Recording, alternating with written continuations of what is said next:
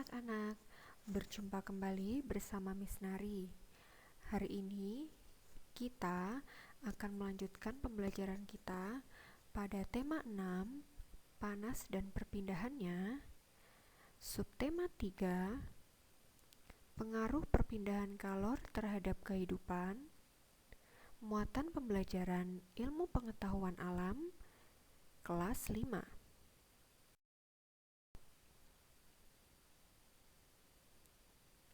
Mengenal konduktor dan isolator.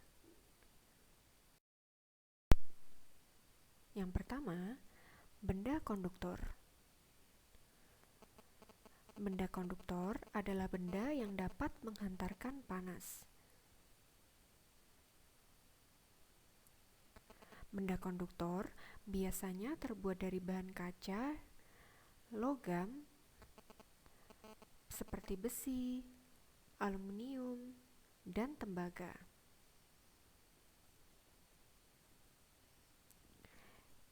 Contoh benda atau peralatan yang termasuk konduktor antara lain ada panci, wajan, dan bagian logam pada sendok sayur.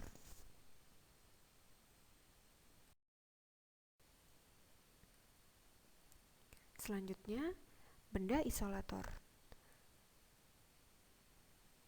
Benda isolator adalah benda yang tidak dapat menghantarkan panas.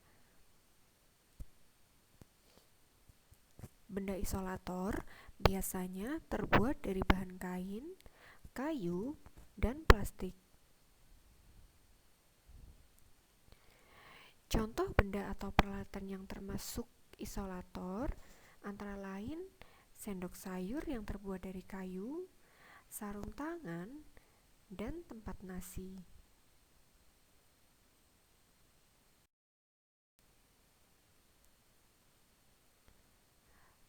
Selanjutnya ada benda konduktor dan isolator.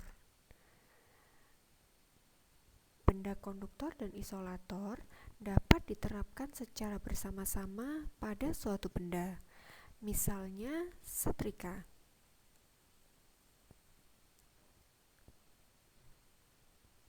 Bagian alas setrika terbuat dari bahan konduktor. Bagian pegangan setrika terbuat dari bahan isolator.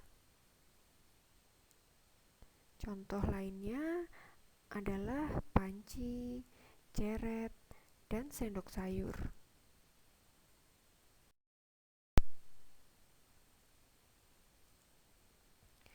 Benda-benda yang bersifat menghambat dan mempercepat perpindahan kalor.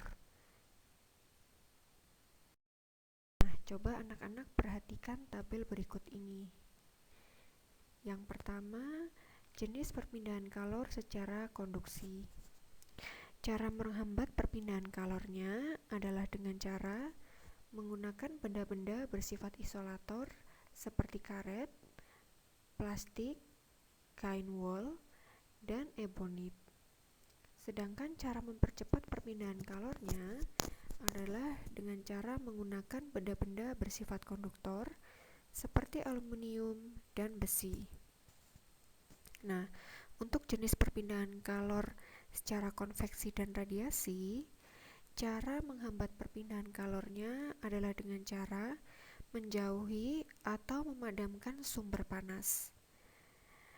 Untuk cara mempercepat perpindahan kalornya adalah dengan memperbesar sumber panas seperti menambahkan jumlah kayu bakar agar api semakin besar.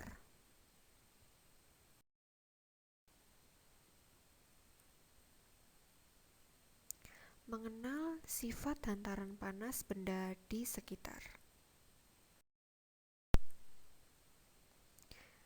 Yang pertama, benda-benda di sekolah. Di sekolah pastinya ada gerbang sekolah. Gerbang sekolah terbuat dari besi. Ini merupakan benda konduktor. Kegunaannya adalah sebagai pintu sekolah. Selanjutnya di sekolah ada kaca jendela. Kaca jendela termasuk benda konduktor. Kegunaannya adalah sebagai tempat masuknya cahaya ke dalam ruangan. Lalu ada papan tulis. Papan tulis merupakan benda isolator. Kegunaannya untuk tempat menulis. Contoh yang terakhir, ada kursi kayu. Kursi kayu merupakan benda isolator. Kegunaannya untuk duduk.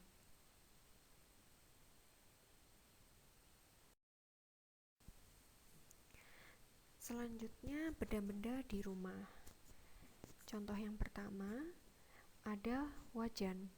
Wajan merupakan benda konduktor. Kegunaannya untuk memasak. Contoh berikutnya, selimut. Selimut merupakan benda isolator. Kegunaannya untuk menjaga badan agar tetap hangat. Contoh yang ketiga, ada panci. Panci termasuk benda konduktor. Kegunaannya untuk memasak air dan sayur. Contoh benda di rumah yang terakhir, ada handuk. Handuk merupakan benda isolator. Kegunaannya untuk mengeringkan badan.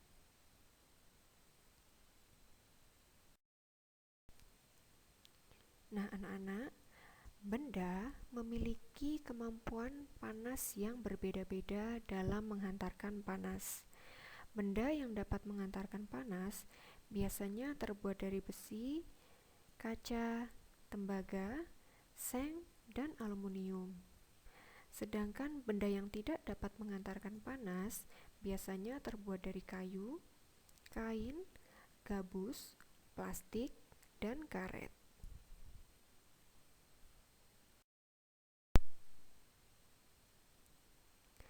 Alat-alat yang digunakan untuk menghambat perpindahan kalor dalam kehidupan sehari-hari. Yang pertama ada setrika. Setrika berfungsi untuk merapikan pakaian. Setrika menerapkan prinsip perpindahan kalor secara konduksi. Sumber panas setrika berasal dari elemen yang dipanaskan. Panas yang dihasilkan kemudian memanaskan alas setrika. Alas setrika merupakan logam yang bersifat konduksi. Nah, agar setrika dapat digunakan, diperlukan bahan yang menghambat panas, seperti kayu dan plastik, agar kita dapat memegang setrika.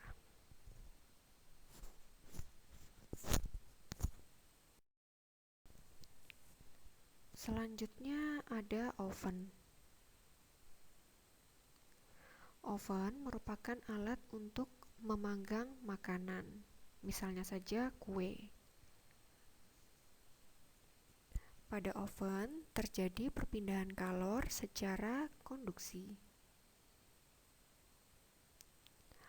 Bagian dalam oven terbuat dari aluminium.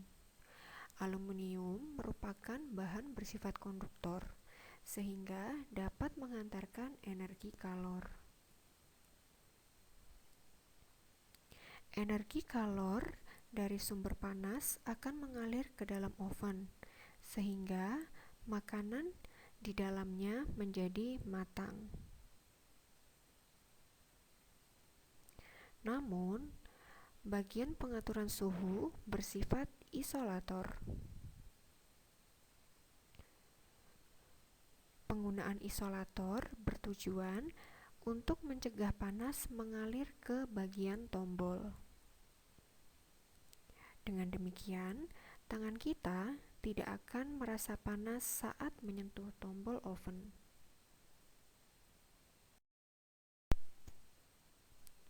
Nah, tugas anak-anak, perhatikan gambar di samping. Sebutkan cara untuk menghambat perpindahan panas pada gambar tersebut.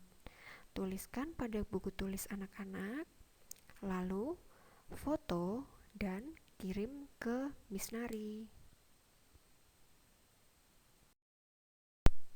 Baik anak-anak, demikian pembelajaran kita hari ini. Terima kasih.